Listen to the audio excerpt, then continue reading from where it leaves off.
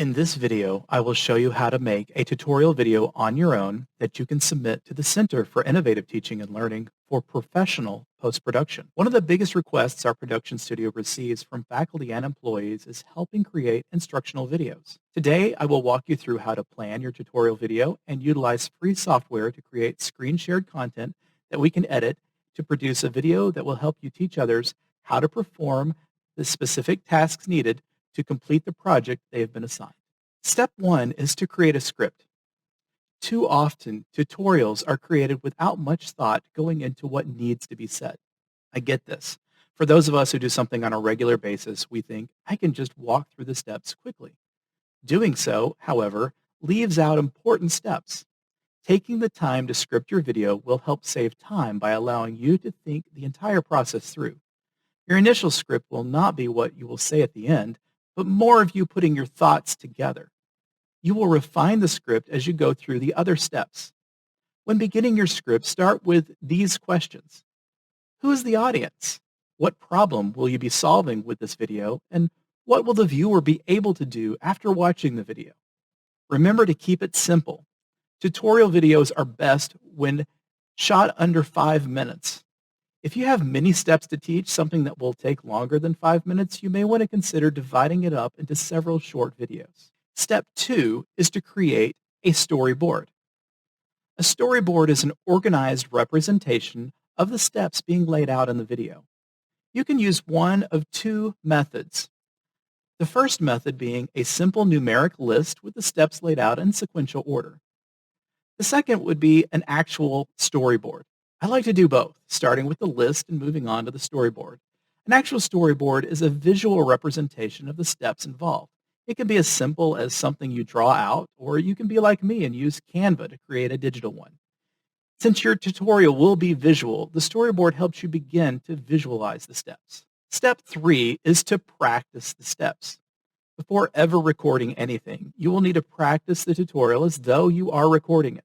This process helps you refine your script and notice things you may have missed in the other steps.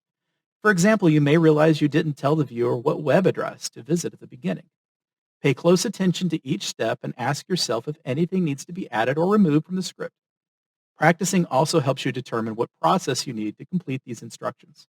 For instance, if you're showing how to complete steps in software, you may just want to do them yourself on the screen. But if you're explaining a process similar to what I am doing here, you may want to create a slideshow like this one that I did in Microsoft Sway. Practicing helps your final product look more professional. Step 4 is to determine what screen recorder to use. There are many free screen recorders available. Depending on what version of Windows you have, you may have one preloaded. To check, just click the Windows button Alt and R together. If you have a built-in screen recorder, it should come up. If that does not work, you can type the word capture into your Windows search bar to see if there's anything preloaded. Again, if that does not work, you can use Zoom or download a free app from the Google App Store. It's preferable that you use something, however, that will also record your voice. Step 5 is to record the tutorial. Using your screen recorder, walk through each step and record your voice. This is where the script you've been refining all along the way is of the utmost importance. It will be your guide in making sure you say everything necessary for the tutorial. If you make a mistake and need to repeat something, just clarify that in the video and I can edit those mistakes. Finally, step 6 is to submit the recording.